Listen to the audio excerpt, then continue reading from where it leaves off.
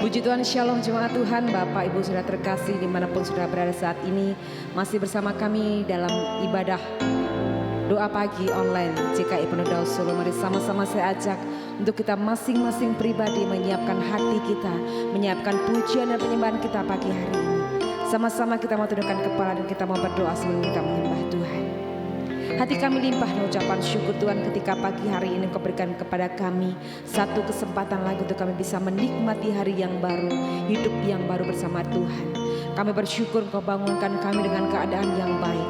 Kami bersyukur buat keluarga yang baik, rumah tangga yang baik, anak-anak yang baik, berkat yang baik, kesehatan baik dan pekerjaan yang baik. Dan semua yang Tuhan kerjakan atas hidup kami penuh dengan kebaikan Tuhan. Untuk itu Tuhan, pada pagi hari ini kami menyiapkan hari kami untuk kami membuka di dalam nama Yesus. Biarlah Tuhan Engkau yang akan pegang kendali atas setiap hidup kami. Terima kasih Bapa yang baik, kami bawa hati kami untuk masuk lebih lagi dalam hadirat Tuhan, dalam tempat kudusnya Tuhan. Terima kasih Yesus. Ku masuk ke hadirat-Mu di tempat kudus-Mu Tuhan. Tiada kata-kata selain puji dan sembah.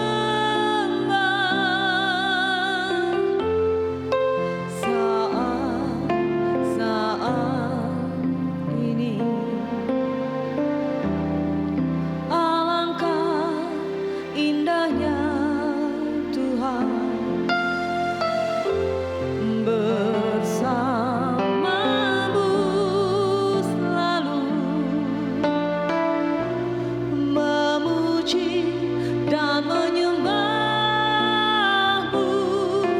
Engkau Tuhan pujianku, Engkau Tuhan kemuliaanku, kekudusan-Mu penuhi tempat ini. Ku sembah Kau Tuhan, ku sembah Kau dalam bait-Mu. Ku tersungkur di kaki-Mu hingga kemuliaan-Mu kan nyata dalamku. Lebih lagi kami mau masuk dalam hadirat-Mu Tuhan. Ku masuk ke hadirat-Mu di tempat kudus-Mu, di tempat kudus-Mu Tuhan. Tiada kata-kata selain puji dan sembah. Saat ini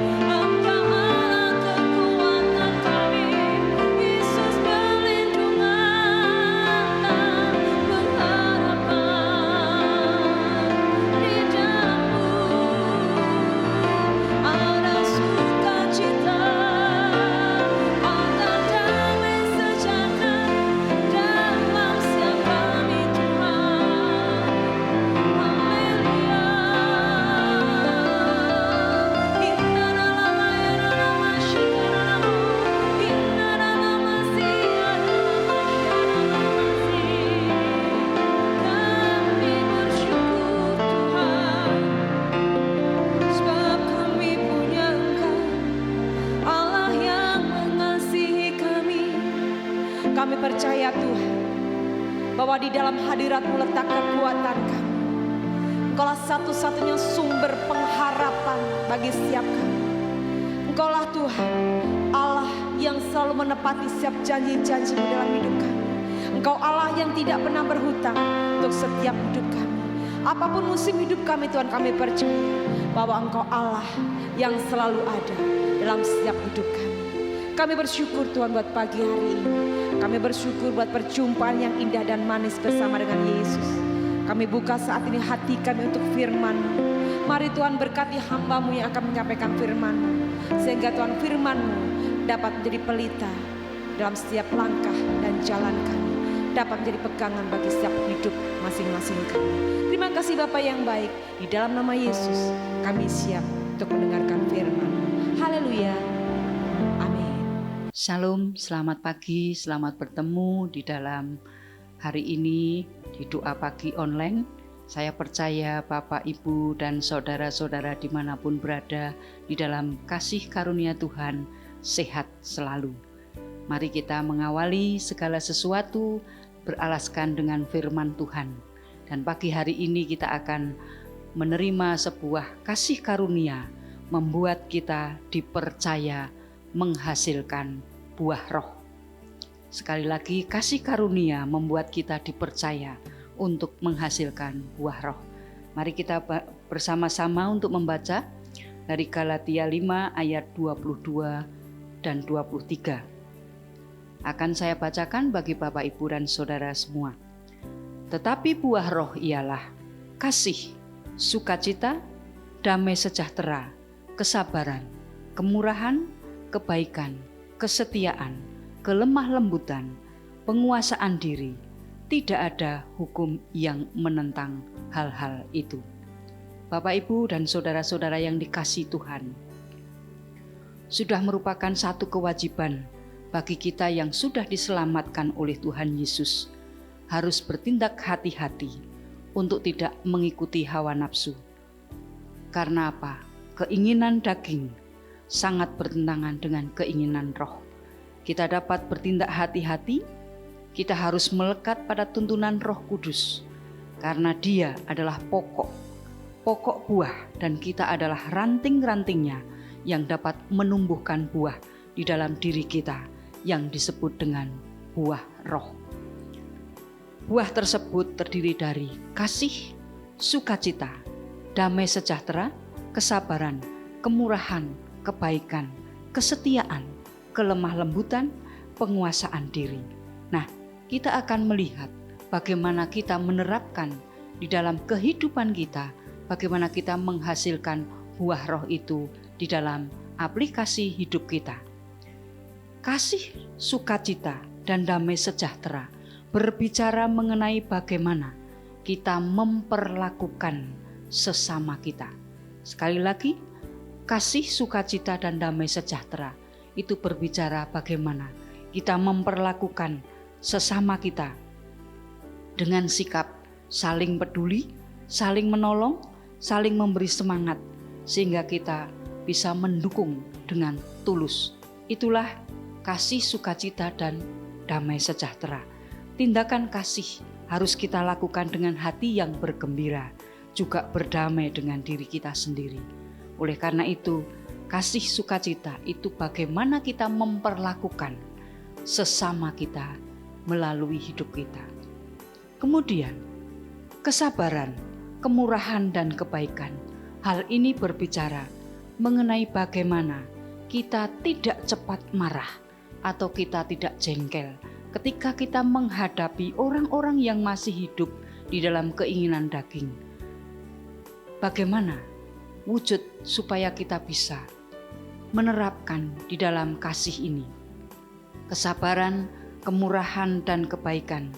Mari kita tunjukkan kemurahan dan kebaikan hati kita, mendoakan mereka, membimbing mereka agar mereka tidak hidup seperti itu lagi. Sedangkan kesetiaan, kelemah lembutan, dan penguasaan diri berbicara bagaimana kita berkomitmen. Sekali lagi, bagaimana kita berkomitmen untuk berkata tidak kasar di dalam mendidik orang, tidak berkata kasar itu adalah salah satu untuk mengendalikan keinginan kita untuk berdosa. Bapak, Ibu, dan saudara-saudara yang dikasihi Tuhan, di dalam Galatia 5 ayat 22 dan 23 tadi dikatakan, di situ dikatakan, tetapi buah roh ialah kasih, sukacita, damai sejahtera, kesabaran, kemurahan, kebaikan, kesetiaan, kelemah lembutan, penguasaan diri. Di situ dikatakan bahwa ditulis adalah kata buah. Buah di sini artinya tunggal, bukan jamak atau buah-buah. Apa implikasi penulisan ini? Ini berarti meskipun terdiri dari berbagai jenis buah roh di dalam ayat di atas, ada 9 buah roh, tetapi keseluruhannya itu merupakan satu paket buah roh. Dengan kata lain, buah roh hanya satu, tetapi terdiri dari beberapa aspek. Sehingga ketika seseorang berkata, saya hanya memiliki kasih dan sukacita, tetapi saya tidak memiliki kesabaran, kemurahan, dan kesetiaan, itu adalah merupakan hal yang salah. Ketika kita bersama-sama memiliki buah roh itu, kita harus memiliki bahwa keseluruhan aspek buah roh itu merupakan hal yang akan dimiliki dan diaplikasikan oleh setiap orang percaya di dalam kehidupan kita. Kita tidak bisa memilih apa yang kita mau. Jika kita sungguh-sungguh percaya kepada Tuhan Yesus, maka buah roh ini akan semakin nampak di dalam hidupnya. Ia harus bersandar bahwa berserah kepada Tuhan serta melakukan apa yang Tuhan perintahkan. Roh Allah akan memampukan kita, setiap orang percaya, untuk menghasilkan buah roh di dalam kehidupannya. Dalam kehidupan sehari-hari, buah roh ini bisa berfungsi sebagai faktor pembeda. Sebagai faktor pembeda, apa maksudnya? Antara orang percaya dan orang yang tidak percaya. Seseorang dikatakan orang percaya kalau buah roh ini teraplikasi di dalam kehidupannya, sehingga buah roh ini merupakan buah pertobatan yang diekspresikan oleh seseorang, oleh orang yang percaya di dalam hubungannya dengan orang lain. Percaya kepada Tuhan Yesus tidak hanya di dalam mulut saja, tetapi harus terlihat di dalam kehidupan kita sehari-hari. Kemudian, apakah kita sudah menghasilkan buah roh itu? Buah roh, 9 buah roh bisa kita terlihat di dalam kehidupan kita apabila orang lain melihat bagaimana kehidupan kita menjadi refleksi atau aplikasi dari buah-buah roh itu. Bapak, Ibu, dan saudara-saudara yang dikasihi Tuhan, apa yang harus kita lakukan ketika kita berada di dalam sebuah situasi di sekitar kita? Kita harus mengaplikasikan buah roh itu di dalam hidup kita. Bagaimana Tuhan Yesus mengajarkan kesetiaan, kelemah lembutan, dan sebagainya di dalam buah roh itu, di dalam kehidupan kita. Oleh karena itu, buah roh adalah buah pertobatan dan buah keselamatan yang akan ditunjukkan oleh orang percaya selama ia masih memiliki kesempatan hidup di dunia ini. Ia memiliki kemampuan untuk mengerjakan segala sesuatu dan bukan kemampuan pribadinya, tetapi itu adalah karena kasih Allah melalui roh Allah, yaitu yang namanya kasih karunia. Roh Allah memberikan kesensitifan rohani di dalam diri seseorang, orang percaya, sehingga ia tidak hidup sembrono, tidak hidup tidak beraturan. Roh Kudus yang menghibur, Roh Kudus yang menguatkan dikala anak-anak Tuhan menghadapi kesulitan, situasi yang dilematis, sehingga mereka memilih untuk memuliakan Tuhan. Itulah kasih karunia yang diberikan kepada kita melalui kasih karunia, bagaimana kita menghasilkan buah-buah roh. Bapak, Ibu, dan saudara-saudara yang dikasihi Tuhan, di dalam Efesus 5 ayat 18-19. Dan janganlah kamu mabuk anggur, karena anggur menimbulkan hawa nafsu, tetapi hendaklah kamu penuh dengan roh, dan berkata-katalah seorang kepada yang lain dalam mazmur, kidung puji-pujian, dan nyanyian rohani. Bernyanyilah dan bersoraklah bagi Tuhan dengan segenap hati. Nah, mari Bapak Ibu, untuk itu kita harus dikontrol oleh Roh Kudus, supaya kita tetap diam di dalam roh Allah, tidak mabuk yang menimbulkan hawa nafsu perilaku kita, sehingga melalui pimpinan Roh Kudus kita dimampukan bagaimana mengaplikasikan buah roh itu di dalam kehidupan sehari-hari. Bagaimana kita dituntut untuk hidup penuh dengan kasih, penuh dengan kesetiaan. Bagaimana kita hidup menerapkan sukacita, damai sejahtera di tengah-tengah kondisi masyarakat yang ada di sekitar kita. Kita harus mengaplikasikan kasih, sukacita, dan damai sejahtera di dalam hubungannya kita terhadap sesama kita. Sehingga melalui hidup kita ada aplikasi di dalam hidup kita membuahkan buah roh. Bagaimana kita sabar, murah hati, penuh dengan kebaikan di dalam keadaan situasi di mana kita dituntut untuk mengaplikasikan buah roh itu. Kesetiaan kita, kelemah lembutan kita, penguasaan diri itu harus kita miliki. Semuanya itu kita dapat kalau kita tetap berada di dalam kuasa Tuhan, kasih karunia Tuhan melalui Roh Kudus di dalam hidup kita. Bapak Ibu, mari hari ini kita belajar bagaimana kasih karunia itu kita bisa dipercaya untuk menghasilkan buah roh.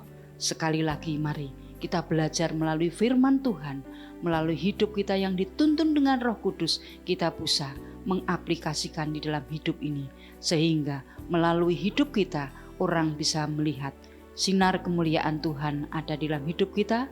Semakin banyak orang yang mengenal Tuhan melalui hidup kita. Selamat beraktivitas, Tuhan Yesus memberkati.